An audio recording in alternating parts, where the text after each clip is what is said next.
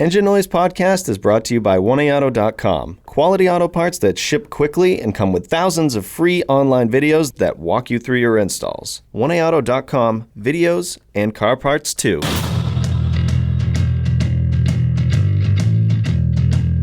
Welcome to the Engine Noise Podcast for do-it-yourselfers like me who don't mind getting their hands dirty. I am your car guy, Jeremy Nutt. And I'm Matt. I basically keep Jeremy on track.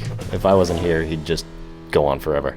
That's true. I could go on forever about cars and parts and turbos. Okay, stop. Okay. Today is episode 15 and our season finale for Engine Noise Podcast Season 1, Matt. Can you believe this? Pretty crazy. It's been a heck of a journey. It sure has. A real thrill ride. It's like a cross-country trip in a van. Kinda. What? Maybe not. Okay. No. All right, so let's not have a plan today. Let's just talk cars. That sounds perfect, Jeremy. Yeah, I think so too. So I have a little update for you. I'm excited to hear it. Right off the bat, Marissa Tomei is not coming this season. What? Yeah. Why? I just don't have time. You don't have time. I didn't have Marissa. time to schedule it and everything. Oh, She got back to me, but I mean... All right. So she was like ready and willing to come on the show, and then you were like, nah. Yeah, something like busy. that. Yeah. Okay, yeah. I believe that. But Sounds real. I do have some good news. Okay, I'm ready for it. We are going to have an actual mechanic on the show. A real one? Yeah. What? Yeah. That fixes cars? Yeah. Diagnosing cars? Yeah. That sounds amazing. Yeah. I'm into this. Let's do it. So hi, Sue. Thanks for being on the show today. You're welcome. Yeah, Sue's one of the new install mechanics for 1A Auto, our sponsor. Ooh, our sponsor. Cool. Yeah. So I guess I can use the same questions that I was going to ask Marissa Tomei, right? Would Sure. you agree with that? Yeah. Sue, we're excited to have you here. I'm going to hit you with the first question. Ready. What was it like playing the opposite role of Joe Pesci and Ralph Macchio? Jeremy. Wait a minute. This doesn't make sense? No, this is it's not not going to gonna work. work. Is it? All right, we'll skip that one. I'll just ask all my own questions. It's no big deal. So are you ready to start with a speed round of questions about you? Sure. Speed round. Ford, Chevy, Dodge, Toyota. Who made the best truck in the 1980s? Toyota. Really? Yeah. I could probably make a case for that. I'm but sure you would. Yeah, I like it. All right, what's the fastest speed that you've gone in a vehicle? Driving or passenger? Always driving, for one, Okay. if that answers another question. 2, in a car or a motorcycle? We'll take car and then motorcycle. Car, maybe 100. Okay. Motorcycle? $150. Wow. What kind of motorcycle? Harley Davidson. Wow. Okay. Next question. Mechanic versus technician. What is the right word to use? This is a big controversy. Yeah, I Okay. know. That's why I'm bringing it to you. I watched one online where some guy was like, dude, everybody's a mechanic. You're a snob if you say technician. Well, my value difference is a mechanic is someone that works mechanically on machinery. Okay. A technician is someone that can get into the wiring and the diagnosing. A C or B technician or mechanic is not qualified as an A, which goes into deep diagnosing and wiring. Then would there be an A-level mechanic? I would consider that a technician. Okay. All right. Good answer. Good answer. Okay. Where does your interest in cars come from? Is it something that you had an interest in when you were very young? That's funny is because I didn't realize I did, but even I remember being 4 years old and crying that I didn't have race car pajamas. Like, I had to have cars. That's I had awesome. more Matchbox than all the boys in the neighborhood, and I used to, like, shine the cars up. So I guess I did have an interest in cars. I just never realized it. So did you have a mentor at this time of any Nope. sort that was like a car enthusiast? Nope. So how did you get involved in actually repairing them? I used to race dirt bikes. Oh, okay. So I started riding motorcycles at 9. I had, like, several of them, and my first one, I think I drove it for, like, a month, and then I thought, it'd be cool to take it apart. And I just took it apart, and then I panicked because it was so cool to drive it, and now I can't drive it because it's apart. Right. And I think that would have been 1978, and guess what? They didn't have the internet. So Right. I didn't have books or anything, so I just put it back together and successfully drove it several more years. So it just came natural. And what kind of dirt bike was that? That was a Yamaha GT80. Call out. Whoa, that's pretty awesome. My first dirt bike was a Suzuki DS100, a 1980, I want to say. It was a beast. Yeah, I moved up to the YZR. Ooh, Yamaha. fancy. What was the first car that you remember working on? I'm going to say the first one that I was probably influenced by and was like, what is this? Would be this Dodge Slant 6. They had those also in AMC cars. Yep. So American Motors. And I remember thinking, why is this leaning to the side? Right. And I thought it was like really bizarre. It was easy to get to the exhaust part. Who cares? Because that's not where the important stuff is. Yeah. But the distributor was closest to the ground. I mean, poorly engineered overall. Right. A very cool design, though. Yeah. Now, did you start working in a dealership at some point or an independent shop or yourself? I went to school for it. So Okay.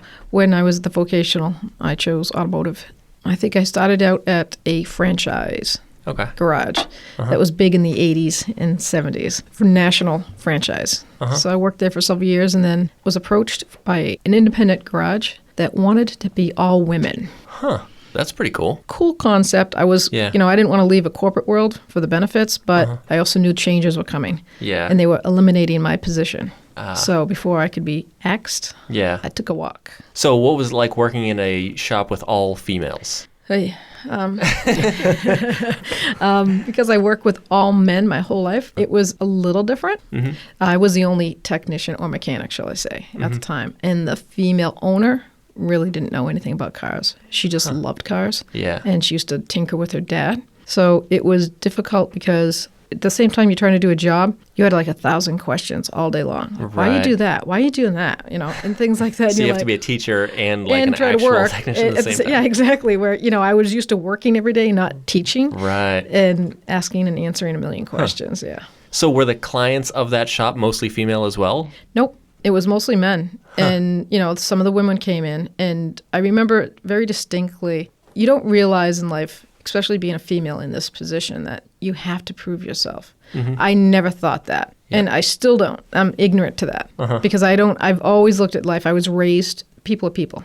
So I ignorantly still stare at people, and it's a person. It's not female or male. I had a customer that once I left there and I opened my own shop, they met me there. And I'll never forget the customer because they came from a dealership. They didn't make it a mile. They ended up breaking down at the station I worked at. It was 1991, and they had just paid over $800 Whoa. for work on their Chrysler. It was carbureted, V8, and they just had a tune-up done, and it wouldn't run. The husband was skeptical. He kept saying, let's just tow it back. And the wife was like, well, it's here. Yeah. And he's like, okay. So he goes, so what do you think you can do? And I said, well, let's start from the basics. I don't want to know what they did. Let me just look at it. Right. And whoever did the work broke 4 out of 8 spark plugs. Oh, nice. Cracked the housings. And it was carbureted. Wow. So it wouldn't run at all. Yeah. So as I removed the spark plugs, I could see they were brand new, but all the ceramic was cracked. Wow. So explained it to him, showed it to him, and he was just like, what? And I'm like, so you need to go back. I'm not going back there. Right. I want you to do the job. Okay. So I did the tune-up, made it run, cleaned the carburetor, and they followed me for over 22 years after that. Huh. What a good story. It's nice to have people who are really loyal to your shop as well. So did you find that you had a lot of loyal customers that would always come back and you pretty much had the same clients all the time? Yeah, you see the new ones come too. And it wasn't until I got older or started to really get myself involved in the office part of it, because I was really in the garage part. Yep. And my business partner was the office, that I started to see more people enlightened and enjoy conversations with Yep. me. It's got to be cool, like people, thanking you and actually knowing that you're helping somebody out. Yeah, I've been lucky enough and fortunate that my whole life I've had that. And Yeah. I think maybe people went out of their way to tell me, maybe because I was a woman, thank you.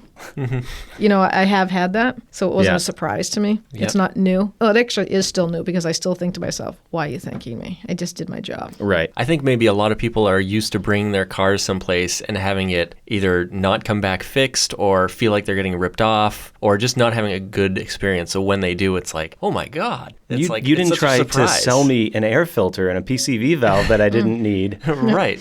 Or a tranny flush. Yeah, that's my favorite one. Yeah. Exactly. I only have 40,000 miles. Oh, you need to flush the whole car. Yeah. Every 3,000 miles, you should be flushing your tranny fluid. Right. Yes. Okay. So before you worked at 1A, you owned your own garage. Mm-hmm. Can you tell me about that? Basically, I'm still currently an owner Okay. because I have a business partner. So I still have the same crew I've had for well over 18 years. I've owned it for 28 years. And Congratulations. thank you. Yeah, it's Sterling Auto in Manchester, New Hampshire. We used to be a little small 3-bay shop, and a corporation of Shaws came in and built us a beautiful 8-bay garage. So, yeah, we're full functioning. We do everything from fleets to everyday cars. Would you do like diesels? That's one thing we don't do. Okay, Yeah, stay away from yeah, diesels. diesels, well, that's a specialty. Yeah, they are. So, and they're very hard to come by a diesel tech. Yeah. And I know because we do have fleets that do have diesel in them, and they've asked us, and we send them to places that we feel are liable. Right. It's the diesel world has changed so much and so fast that a lot of the diesel techs couldn't keep up with it. Right. The mechanics and the electronics, they just threw the electronics at diesel. Like they didn't say, "Oh, let's try it out." They just threw it in there. Yeah. Yeah. It went This'll from work. one wired Cummins diesel to a whole computer system that runs the whole thing. That breaks down constantly. And Yeah. a diesel driver, a truck driver like that, they put hundreds of thousands of miles on that Right. same engine, and when they don't get 10,000 out of it, they are baffled. Yeah. Right. Yeah. So what are your thoughts on the flat rate repair system? Is that something that you have in your Olden shop? Nope. Okay. Absolutely not. Talk to me about that.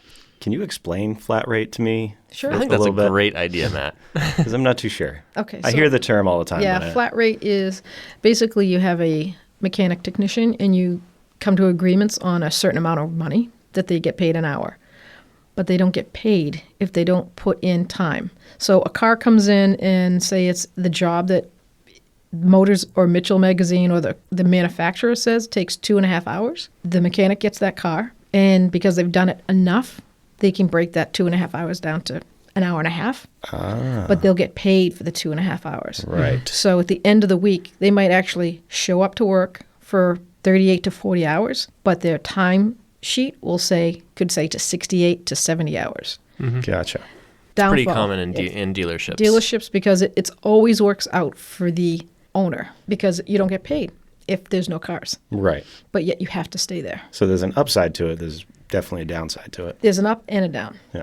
But it also creates some tension in the shop because everybody wants the easy jobs that make money. Oh, yeah. So everybody in the shop is fighting over brake jobs and nobody wants to do electrical diagnosis. Correct. Or brake lines. Things like that. People will throw the ticket right back at you and be like, no, I'm not doing that job. Yeah, that could be dangerous. Yeah, and it often makes animosity towards each other in the shop. I can definitely see why you wouldn't want to go that way. It's not a team effort. No. And a lot of times you get people, unfortunately, in that business. I've worked at dealerships off and on, and you get people that it's not everybody. So I'm still in shock that I see it and I've seen it because they just cut corners. They want to get their paycheck. They don't care about what they're doing. Right. So I think that's with anything in life. So you can't just say it's car mechanics or technicians. I think it's anything in life. Yep. You always have people that cut corners. Yeah.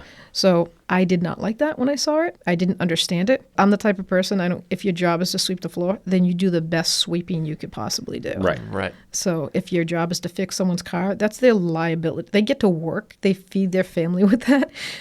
You're cutting corners because you don't care. Right. So, yeah. That sort of system, it almost encourages technicians to bend brackets out of the way and to get at bolts and things when you're supposed to remove the bracket, and there's a lot of things like that. A lot of pieces go missing. Yeah, and a lot of pieces go missing. Yeah. Exactly. Do you know how many 'cause- cars I get? And I'm like, I know this thing has an engine support on it to lift it out because I Right. do a lot of engine replacements. And I'm like, where's the bracket? Yeah. That means somewhere along the line, somebody did some work and they're like, I don't care about this because I'm never lifting the engine out. Yeah, Bingo, exactly. it goes in the metal pile. And they're never going to know. And Right. the owner will never know. Yeah. Correct. Yep. A term that I've heard a bunch of times is when you next guy it, because it's it's the not your next guy. problem. You're passing it on to the next Correct, guy. yeah. It's not the best system. Is that something that you started from the beginning? You didn't do flat rate right from the beginning of your shop? Never. My term also in life, it doesn't matter what it is, friendship or work. If I wouldn't do it, I wouldn't expect you to do it. Right. So if I don't want to get paid flat rate, I'm not going to pay you flat rate. Yeah, exactly. That's a pretty good system. I like it. Thanks. All right, Sue. So do you have a project car right now? Nope. Have you in the past? Nope. How come no project cars? No time. When you It's- own your own shop, This shop is the project? that is the project. Yeah. Right. I mean, I guess if you want to say project cars, I haven't owned new cars in a while.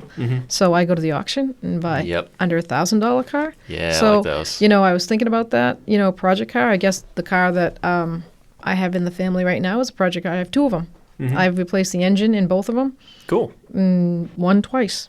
Nice. It's a 2011 Hyundai and the Sonata, the body's mint. Yeah. And the engine blew when I bought it. And then wow. certain 21-year-old blew the second engine. No, she thinks she blew it. She feels bad. I kept saying no. You just didn't know that it ran out of coolant. She struck a hole in the radiator. Just kept driving. Yeah, that happens. So, speaking of replacing engines, what does starting an engine for the first time feel like? Relief. Isn't it? Yeah.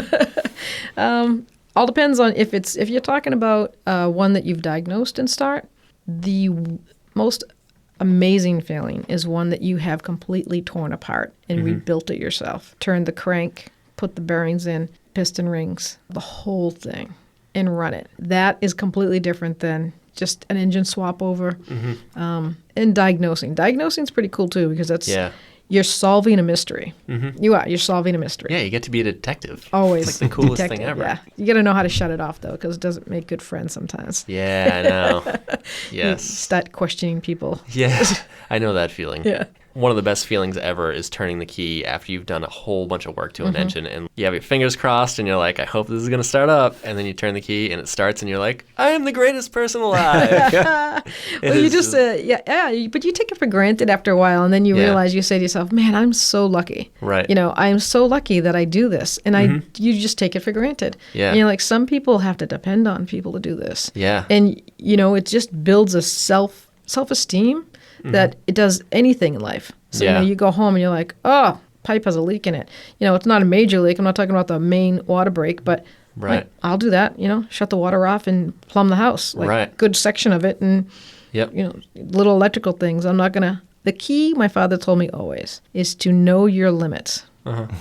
Don't go beyond your limits. Right. And when it comes to safety, you know, I'm not going to burn my house down, and I'm not going to flood my house. That's a good idea. But That's good advice. it's- Know your limits. It's know your limits, and it's with cars too. You know, some people get deep in there, and you're like, "What are you doing?" You know, people think brake jobs are easy. When I have people work for me, I say to them flat out, an oil change is just as complicated as diagnosing a car. Okay, because you could mess up an oil change. Oh, yeah.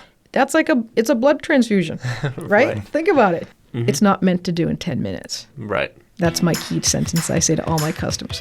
Yeah. It's not meant to be done in 10 minutes. So, Sue, would you believe me if I told you that a lot of people don't know that 1A Auto actually sells car parts? No. Yeah. They think that it's just Sue out there making these videos to help people out, and they don't even know that they sell high-quality car parts. For 30 years. It's unbelievable, right? Yeah, that's unbelievable. Yeah, it's pretty cool. They not only have the videos, but they actually have all the parts too. And that means that it's a total package of what you need to fix the car yourself. Did you not know that? Really? No, I really didn't know that. I thought it was more people focused on parts and that they didn't know that there were videos. The videos have been out there for so long, and a lot of people see them because a lot of people want to install the parts themselves. They don't even know. The mechanics that 1A Auto has in these videos, they actually have quite a bit of experience. Sue, can you tell us a little bit about that? Yeah, myself, I have 34 years of experience. Wow. There's also Andy and Andrew, and combine the three of us, and we have almost 70 years of experience. That's a lot of years of working on cars. So people can trust what you're doing on video. Yeah, it might not look elaborately cool sometimes, you know, but it is what it is. I'm going to go from A to B the correct way. Nice. 1AAuto.com. Quality auto parts that ship quickly and come with thousands of free online videos that walk you through your installs. 1AAuto.com. Videos and car parts too. This is a special occasion, guys. Really? Yeah. Not just because Sue is on the show, but I'm selling the Dakota. No. Yep. I'm a little heartbroken, but I'm going to be positive for the future. My plan is I have a car and I have the Dakota. Yep. I want to sell the Dakota while it still runs. Yep. And I want to trade in the car and get a newer truck. Ooh, marvelous. Have you tried to get the trade-in value of your truck? I've looked. I hear Sue laughing over there. He It's actually funny. looked. Come on, Sue.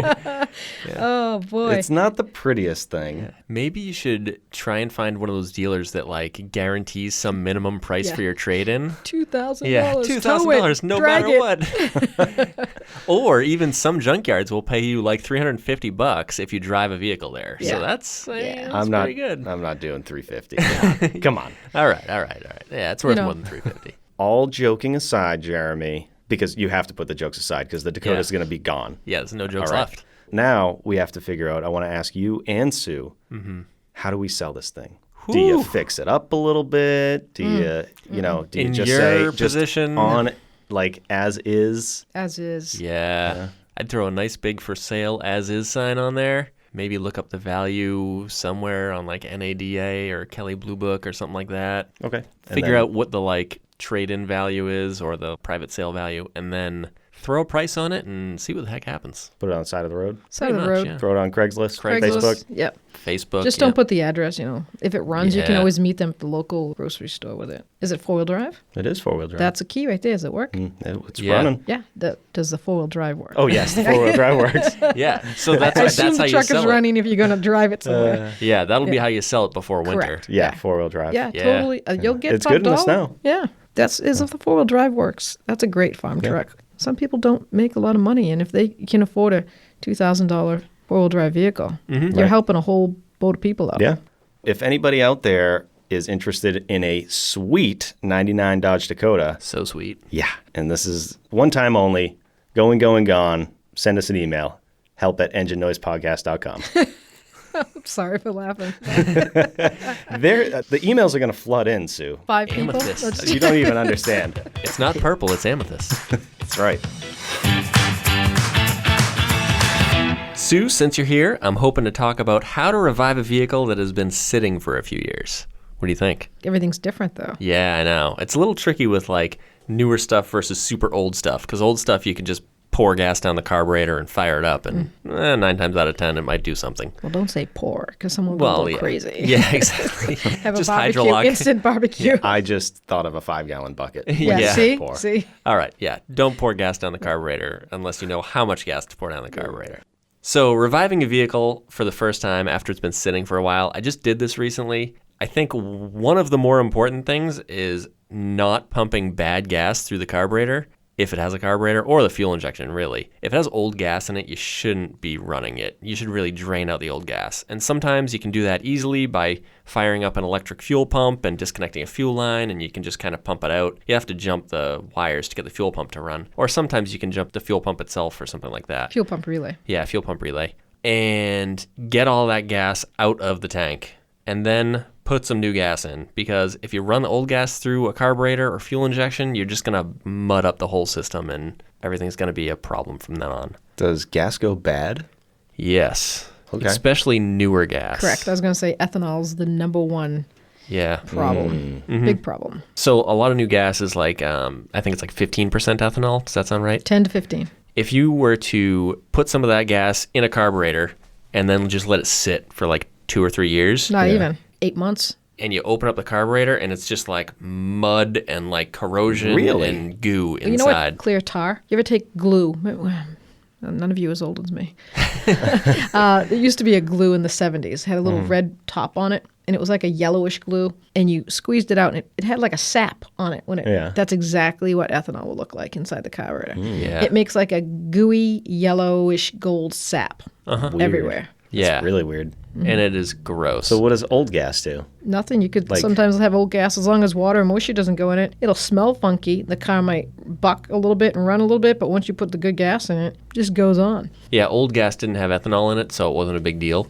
And race gas right now doesn't have ethanol in it either. So you can put race gas in your car all the time and you won't have these problems. Of course, it costs twice as much or Just 3 say, times like, as much. $6 a gallon. Yeah. Put so- race gas in my car. And there's only so many stations, so you got to find them. Yeah, exactly. So, or In my O2 Corolla, I got race gas. exactly. Yeah. It makes your exhaust smell good, though. So, yeah, reviving an old vehicle that's been sitting for years. There's a lot of things you need to do if you actually want to drive it, like figure out if the brakes work. Typically, I start with the brakes because if you can't stop the car, you don't want to get it running because you'll end up driving into your dad's Corvette. Not that happens.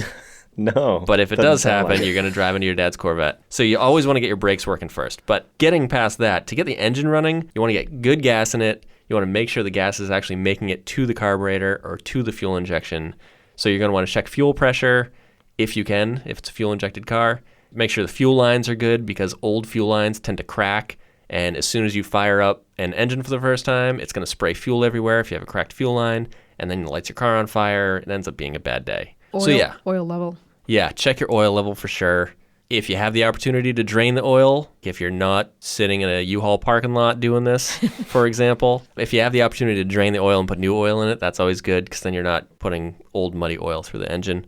Battery. You want to have a good new battery. And actually, what one of my friends had was they now make these little jumper packs that are like lithium-ion batteries or some sort of magic. Oh, yeah. And they're like the size of like a wallet. And they have tons of power. We were cranking his 71 Cutlass engine for far too long trying to get it running off this little tiny jumper pack, and I was blown away at how long this thing lasted. He paid like $50 for it like a year ago, and he just keeps it plugged in like all the time because he charges his phones off of it and has a flashlight in his car from it. And... Yeah, we sell one on 1A Auto. Oh, that's awesome. Yeah. Yeah, it's absolutely fantastic. I couldn't believe how good it worked. Question on that, though. Yeah. Did you leave the old battery connected? We did. Yeah, I wouldn't do that. We kept the old battery connected and just put the jumper pack right on the cables at that point. Yeah, if you don't know the age of the battery, Yeah. I would disconnect it, put the jumper pack directly to the cables themselves. Okay. Because you don't know if there's a dead cell or Right. if the lead plates actually are touching, if it corroded internally, and then that could lead to a slight explosion. Well, I mean... An acid wash, jeans are gone nowadays, so acid Not in face my closet. is not exactly Acid something. face. Acid face is still never in. I don't think I have ever tried that, to jumping Yeah, a car straight off the pack it will. itself rather than the battery. It will work. Oh, okay. Especially I when the should try battery's that. completely dead. Yeah, So think about this it. one You're definitely actually, was. you're diverting some of that voltage Into the battery. into the battery. Yeah. Yeah, so Interesting. eliminate it. I didn't do it that way. I just basically hooked up the cables and Hoped. ran it. Yeah. Didn't blow up anything. Hoped you didn't Worked turn out into well. Two-Face. Yeah, exactly. And yeah, always have a backup plan if things do go wrong. If you do end up putting gas or carb cleaner in the intake to try and like fire it up for the first time, there's a good chance it's going to backfire and blow flames out the carburetor or back through the intake. And you want to be prepared to put out a fire if one happens to happen. So, have some sort of fire suppression device around, a bucket of water or a fire extinguisher or something. Another key is the old starter fluid. Mm-hmm. Yeah, not a fan. Yeah. Yeah, it's not. And guess what else isn't a fan? Your car. Your car Yeah. hates starter fluid. I'm just Exactly. going to tell everyone. Yeah. Please stop. Right. Is it legitimately like what it was made for? It's actually called starting fluid. Yeah. Yeah, and it was legitimately great for old cast engines Yeah. and farm equipment. Yeah. You put that in a fuel-injected vehicle, you're just spraying into the throttle body, you could be doing some major damage that you are just Good not to know. knowing. Yeah. It's very flammable. Yeah. It's like more flammable than you even think it is. You spray it in, you're like, this will get my engine started. But then you're like, whoa, that's a huge fireball coming from under my hood. It's way more flammable than I expect every single time. I've Fun to seen play with, though. I've seen converters glowing. You could put a marshmallow, cook them on it because someone Yeah. like just kept spraying starter fluid. Right. The vehicle's running. They're like all proud of themselves, but I'm like, do you not see the fire underneath the car? Yeah. because the converters are not meant to pass that after it burns. It doesn't. It doesn't Right. burn completely, so it just keeps burning. Shall I say? Yeah. Wow. It's fun to play with, though. I mean, if you're bored on a Saturday afternoon or something. I would not promote that. Yeah. So, yeah, that's the long and short of reviving an old vehicle. You basically just want to be prepared for fire, because it might happen. Bring lots of supplies like good clean gas. Bring tools, new fuel lines, a good battery or a good jumper pack. Make sure you use your jumper pack properly so you don't explode yourself and shoot acid all over yourself. And clean oil is a good start as well. Sue, anything else? Beer and Cheez-Its. Yes, Yeah, good call. Cheez-Its. Yeah. Thanks for listening to this week's episode of Engine Noise, a podcast brought to you by our awesome sponsor, 1AAuto.com. Quality auto parts that ship free and have thousands of free how-to videos that walk you through your installs. Thank you to our producer, Jamie Prohaska, our editor, Patty Ford, and our marketing guy, Christian Hera. And thank you to our amazing guest, Sue Riccardi. Is that how you say it? Yeah. Did I nail it? It was great to have you on here, Sue. Thank you, Jeremy and Matt. Jeremy, I love having guests on here. Yeah, we should do this all the time. Sue, would you come back? Absolutely. Awesome. We'll have another great episode of Engine Noise drop in 2 weeks. Our show drops on the 1st and 15th of every month, and a little bonus drop of car news and coffee in between. Be sure to subscribe so you'll be notified every time one of our episodes drops. And remember to like, follow, and share our show on Facebook, Instagram, and Twitter. Thanks again for listening, and until next time, continue to DIY. Do it yourself. This Engine Noise podcast is brought to you by 1AAuto.com. Hit the subscribe button now so you'll know when a new episode drops. Have a question for Jeremy or Matt? Send us an email at help@enginenoisepodcast.com.